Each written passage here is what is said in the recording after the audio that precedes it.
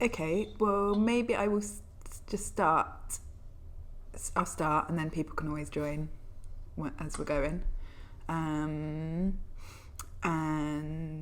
great, okay. Let me sit back so I'm not. Cool.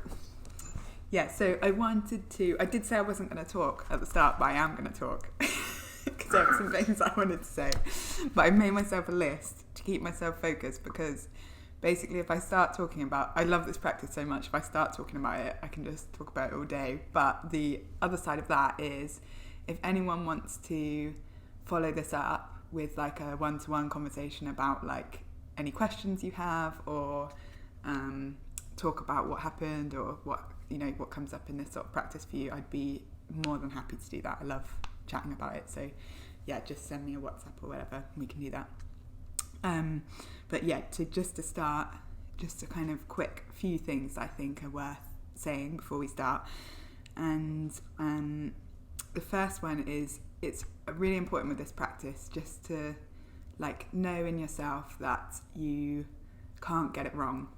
So there's like, we're going into a more kind of like creative realm of practice, and like you just, in both senses of the word of wrong, so like you can't get it incorrect, but also we're kind of like lifting up the idea of any kind of like moral or social wrong. It's all just kind of like a really open space for sort of like exploration and understanding ourselves. And there's no such thing as like wrong in imaginal practice.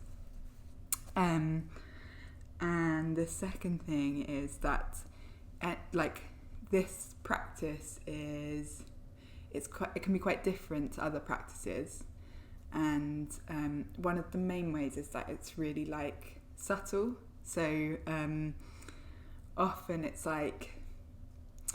sometimes when I talk about imaginal practice, I'll say like, oh, this thing was happening, or I was seeing this, or there were all these colours, and like it sounds like it's a really kind of like concrete thing that like that's like happening. And actually it's a much more sort of like, it's almost like putting words on something that is quite hard to describe and is very sort of subtle and imagined. And when I first started doing it, I'd be like, am I just like making this up? Am I kind of just imagining this? And that's kind of the point of it. It's like to have that, to open to that side of ourselves. So it's like a more softer kind of experience, I suppose, than like a specific thing that we're tuning into. And then another thing is like, often when you in meditations like this, there'll be someone who's like guiding the meditation, and it's a kind of almost like a sort of, like I guess I would be in a sort of teacher space and I would be guiding you, and I just kind of invite this to be a slightly different sort of relationship, in a way where it's like the practice, you're kind of like your own guide for the practice, and you're kind of like creating a space where it's like what's inside you is kind of becomes your teacher, or like becomes what the practice is about. You're sort of like making space and opening for your imagination to kind of come through. And my role, I'm going to be like offering up some prompts and a bit of guidance, and I'll put some music on and things like that, but it's more like that's kind of like outside of your bubble, and it's there as a support. It's almost like you can just sort of like tune me in and tune me out as is helpful for you, rather than like as I go through prompts, I might say like colours, shapes. Don't feel that I'm kind of like taking you through a checklist of things that you need to be doing, or that you need to follow my voice. It's more like tuning into your inner experience and inner guidance, and using the prompts and the music as a sort of thing to kind of lean back into, or allow to sort of resonate through your experience, if that makes sense. And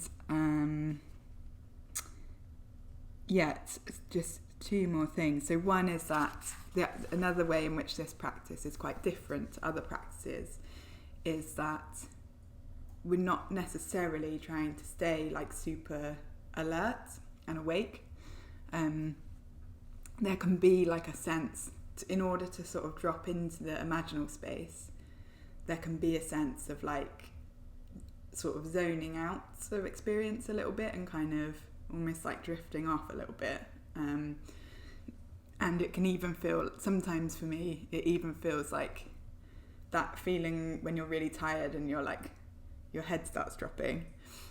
It's kind of like that, but on the inside, it's like your experience sort of like, and you kind of drop into almost like a dreamlike state, and you can sort of like completely zone out and lose awareness totally and kind of come around in the meditation and almost be like, oh, was I just dreaming or something? And that's totally fine as well. It can be like a proper full-on zone out, or it can just be a kind of a little bit of letting into a bit more of a kind of zoned out, spacey sort of feel. But anything on that spectrum is like totally cool and welcome as part of the meditation. We don't need to be like up and alert in the same way that we do in other practices. And then the final thing that I wanted to say before we start is that this is like kind of the essence of what this teaching is about, what this like practice is about. The most important thing is that it's like we kind of approach this practice with a sense of like joy and playfulness. And that is where the like value in this practice comes from. So it's kind of like, because with Imaginal practice, it's kind of, we're opening up to these parts of ourselves and letting them express themselves. And it's like that will happen if we allow them and if we embrace them. And that kind of embracingness of them is that sort of joyful, it's kind of like embodying the joy of it. So I was going to give an example of this, which we talked about it yesterday when we were doing some jhana practice, and we were saying, I was saying that in the jhana practice, it's like we have different parts of our experience, some of which are really lovely and pleasant, and some of which are more difficult. And we're kind of like making space and opening to the really pleasant ones and giving them space to thrive. And the analogy that I gave for this was, it's like in our physical bodies, we have like parts of ourselves that we really like and parts of ourselves that we don't like. And like the example I gave as the part, I like my eyes. I appreciate my eyes. If I'm, having a photo taken, that's like a good thing to focus on. But I've got really like hairy toes. I don't like my hairy toes. So, in the jhana practice, we're like not turning away from the bits we don't like. We're kind of like, they're there and that's okay. But we're just like focusing on the bits that we do like and like making space for that. And in this practice, we're kind of doing the opposite.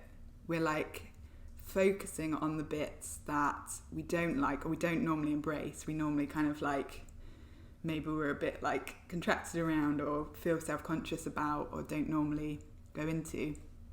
And like changing, almost like using it as an opportunity to change your relationship with it. So in this analogy, for example, my sister sent me a message a couple of years ago, which was like an art exhibition of photos of loads of people's like gross hairy toes, and I was like, they definitely should have got me to go on that. And it kind of like something in it just like changed the relationship around it, and it became a thing that I now find like funny, and I kind of like embrace the grossness of it and enjoy it. And it's like, just a another part of me that is funny, and I'm not.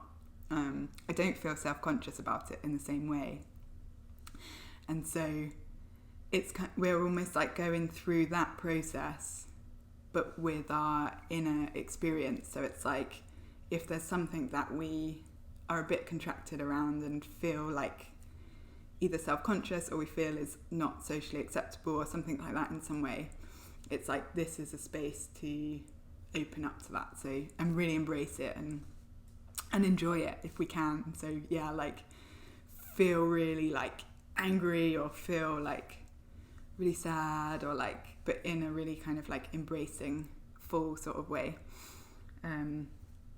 So it draws a lot on that kind of like tantric Vajrayana style of Buddhism that's about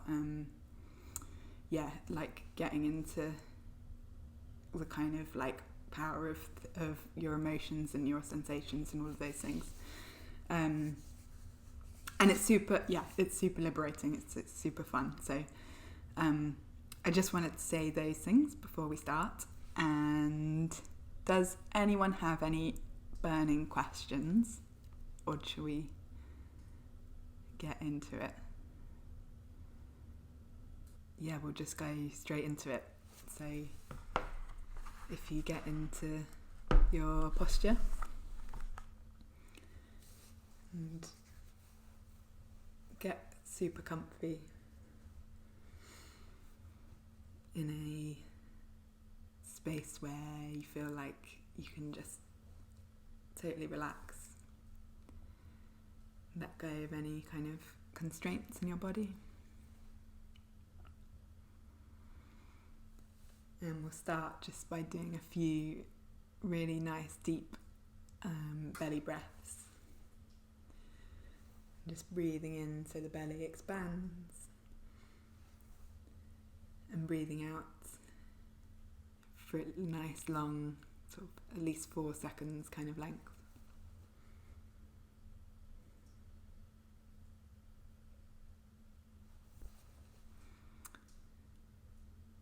And just noticing how the body is kind of like relaxing as you're doing that.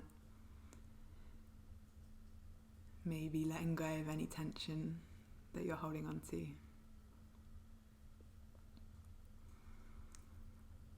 And allowing everything to just sort of drop away, melt away.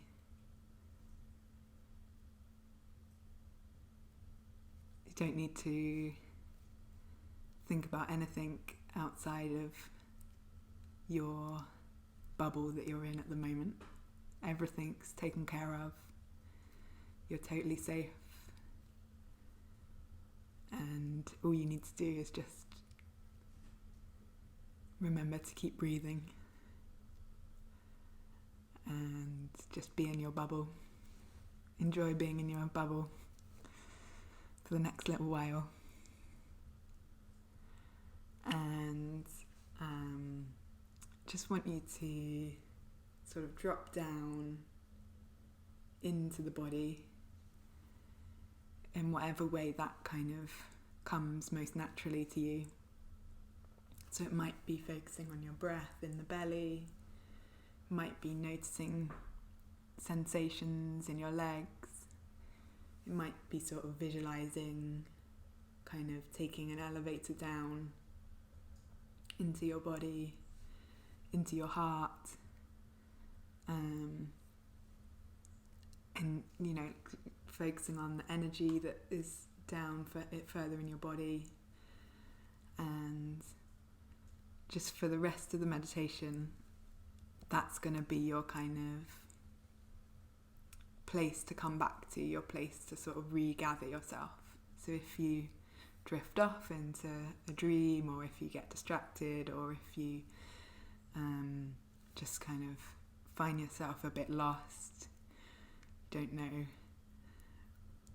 which way's up or what's happened, I want you to kind of like just find a space somewhere in your body, anywhere below the neck, that feels like a kind of a nice centre to sort of come back to and be able to regather yourself there. and you can kind of use that as a sort of place to concentrate your experience, to gather on, and you can also use it as a kind of like return point, a safe return point that's always there for you, always there to support you. It's kind of like the centre of your bubble, this sort of safe spot. And we'll just do a couple of breaths there, just hanging out there, enjoying being there, enjoying being in this space.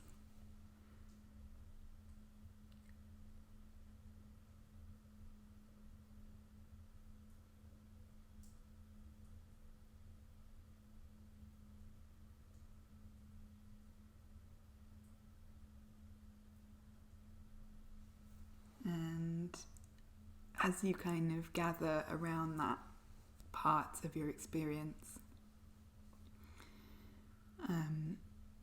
notice that you're able to just like relax your mind. So it's almost like sort of slowly just kind of like letting the mind just shut down. It doesn't need to do anything, doesn't need to look after you, doesn't need to worry about anything. You can kind of just be in this safe space. And as you start to do that, as your mind sort of like slowly kind of shuts down a little bit, or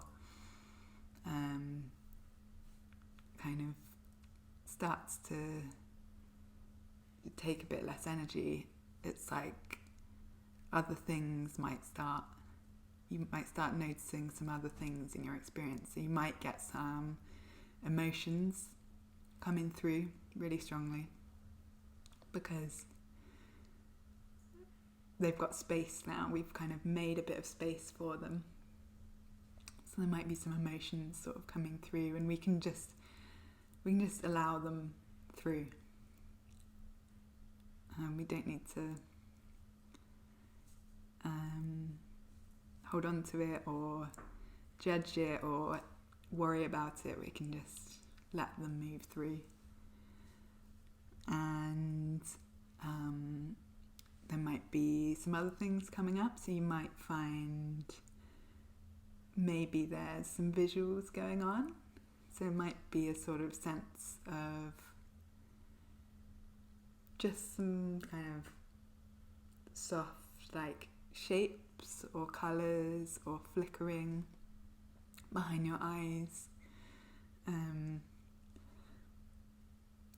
or some in your mind's eye. It might be things kind of like coming up and arising in your mind's eye, and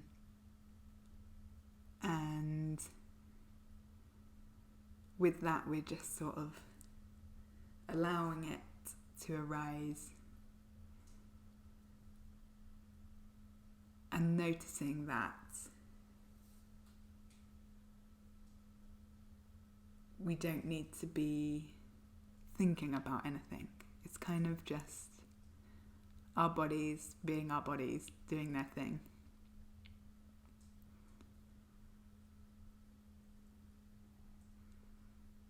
So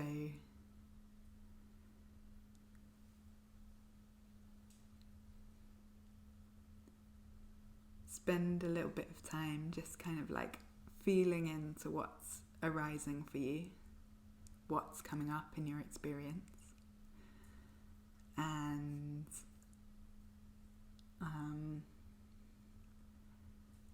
spend a bit of time like regathering if you need to, and you can kind of play with that process of sort of regathering yourself on your area of concentration, your area of your body that feels like a nice sort of safe place to be, and then making a little bit more space for things to arise, and regathering and making a bit more space. And we'll just do a few breaths here.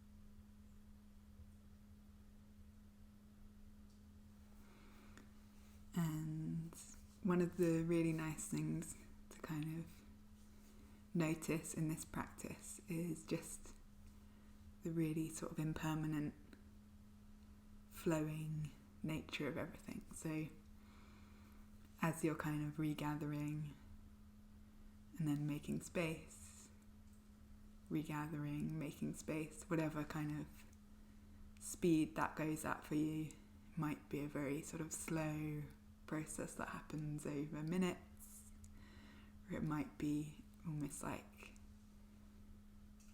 a breath, like a in-breath of gathering and an out-breath of space. That process is a changing process. But also as we make space for things, the things that are shown to us, the things that arise in our experience, they're always different. It's, every time we make space, it's something slightly different. Might be kind of roughly the same emotion, but by the time we've come back to it a second time, it's just sort of shifted and moved on a little bit.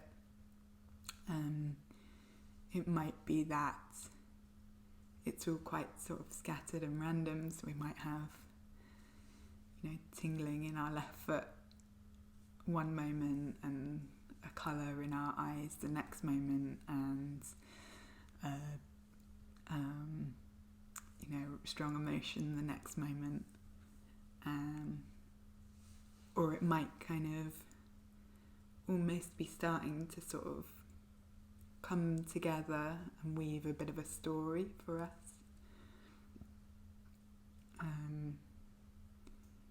So there might be a sense that there's something in your experience that really wants to be embraced or wants to be expressed in some way.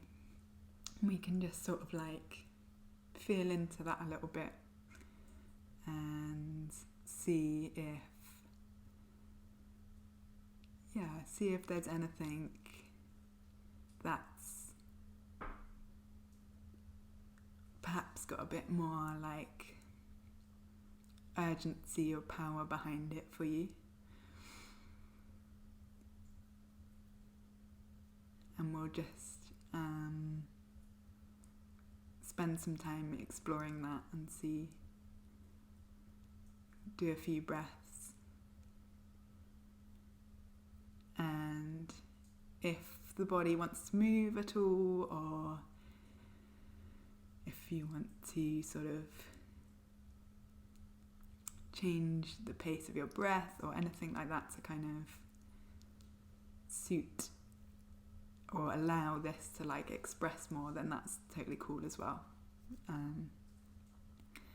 So again, just kind of like coming back to that process of regathering and then making space.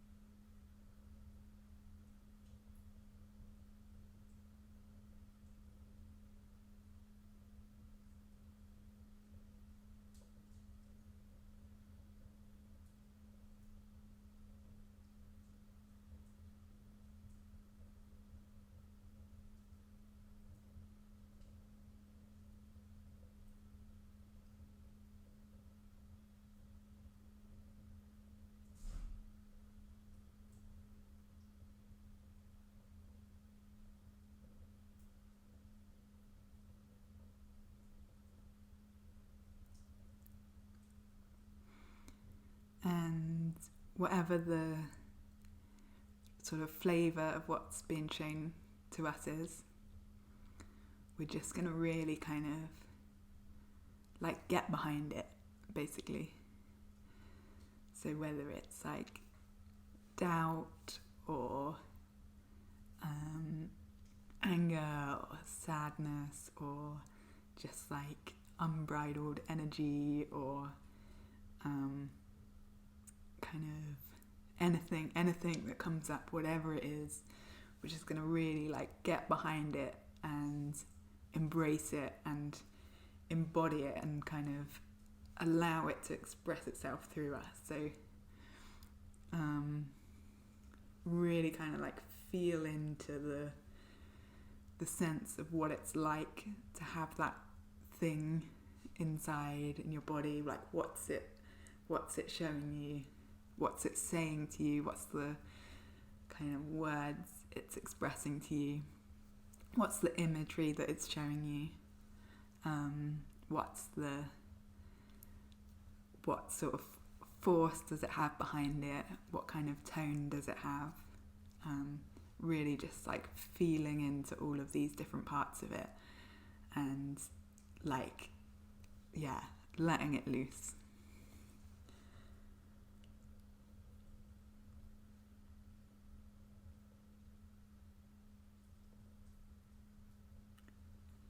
And with the gathering, we can use that as a way to, if we're feeling overwhelmed, we can kind of come back to that as like a safe space.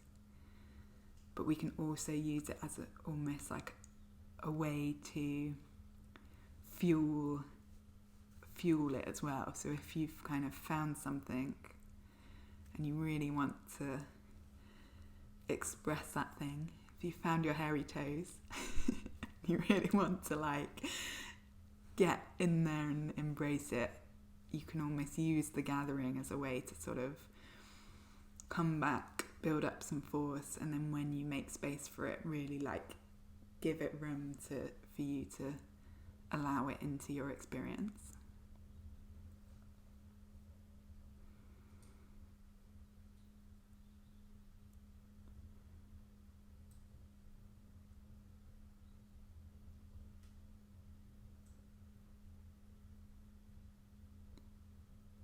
And just remembering that with Imaginal practice, the main thing is that you can't get it wrong.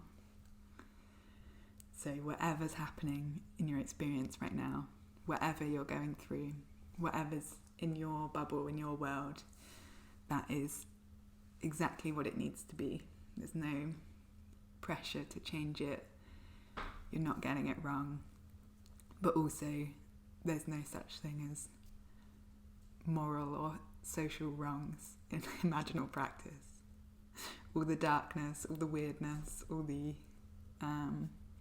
difficulty, all the beauty, all the joy, it's all welcome, it's all allowed. There's enough space for it here.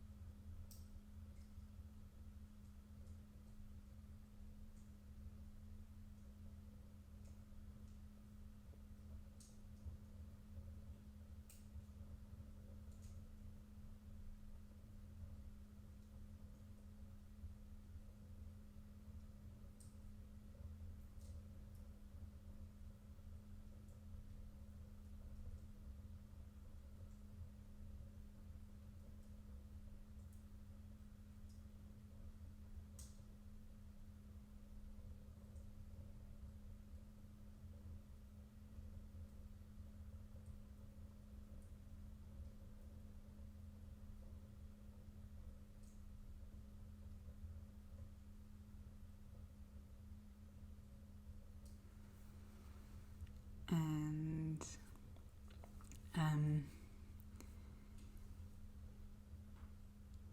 if you have found, if there is something in there that feels like a specific thing that's coming to the surface that kind of wants to be expressed, if there's not, that's cool. You can just kind of like float around and keep exploring. But if there is something that is like, sort of, has some power behind it or some urgency or keeps coming back around, I want you to ask it, what does it want? What does that energy want to do? And that is your question. We're going to sit for about 5 minutes and then I'll put some music on. But the kind of inquiry question is, what does the energy want to do? And it's almost like following the thread of that energy, letting it do what it wants to do, asking it again, what do you want to do? What do you want to express? And we're just going to completely let go of all ideas of like physical constraints of what is possible for a body and a mind and a heart. Just imagine that anything is possible right now. No limitations, no physical constraints. Your bubble is a bubble of total freedom. And in the same way, we're just going to let go of all ideas of social or moral acceptability. No constraints there either. So your bubble is totally safe, totally free.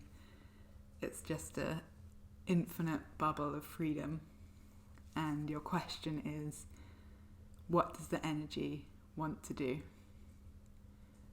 And we're just going to sit and feel into that question and follow the thread for about 5 minutes.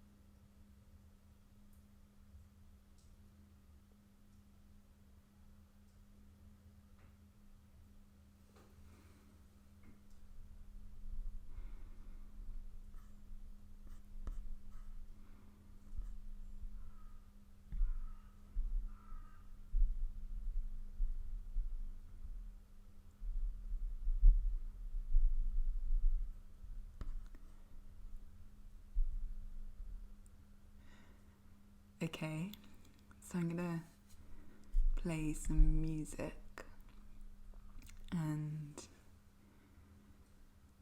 yeah, depending on where you are with what's happening inside, you can keep following the threads, you can keep asking the question, what does the energy want to do? Or you can just sort of relax into the music, let it kind of wash into your bubble, wash over you. You can notice how different sounds affect different parts of your body, evoke different energies. You can see whether sort of imagery is evoked by it, colours, shapes, emotions. Just kind of notice how the music affects what's coming up for you, and yeah, just enjoy. And it's two songs with quite different energy, so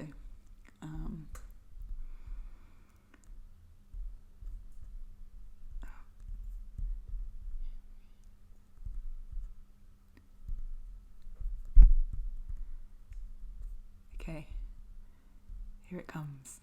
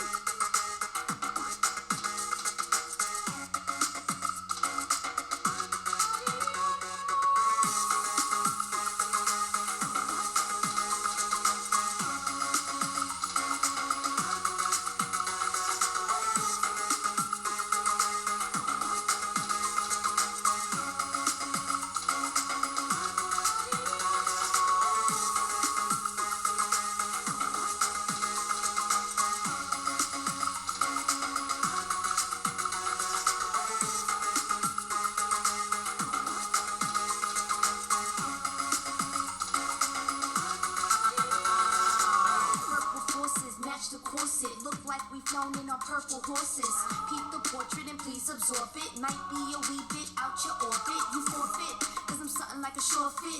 Get gully, I'ma hit them with a swordfish. Yeah, give them more lip tour shit galore, bitch. I mean, of course you know who the source is.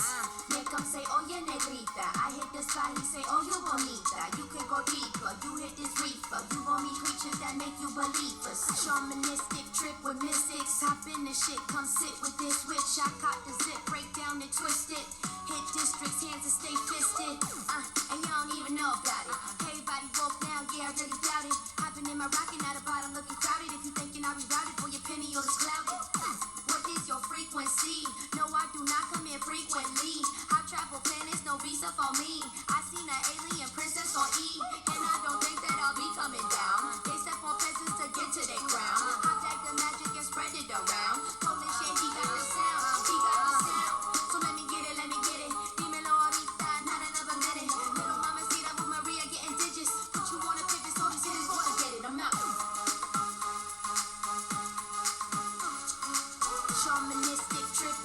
mystics. Hop in this shit, come sit with this witch. Shamanistic, trip with mystics.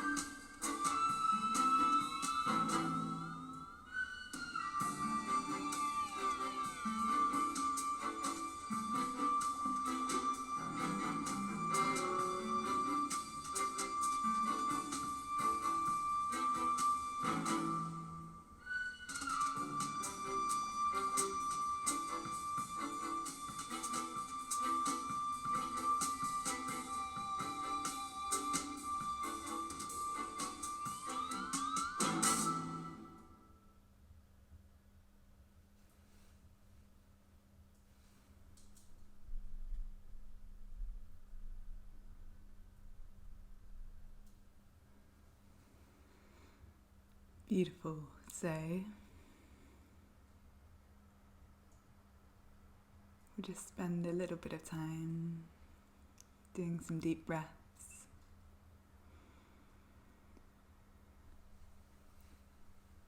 Just starting to maybe have a bit of a reintegration.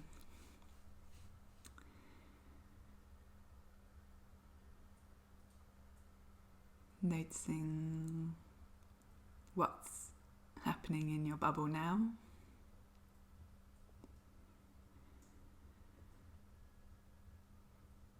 And just starting to let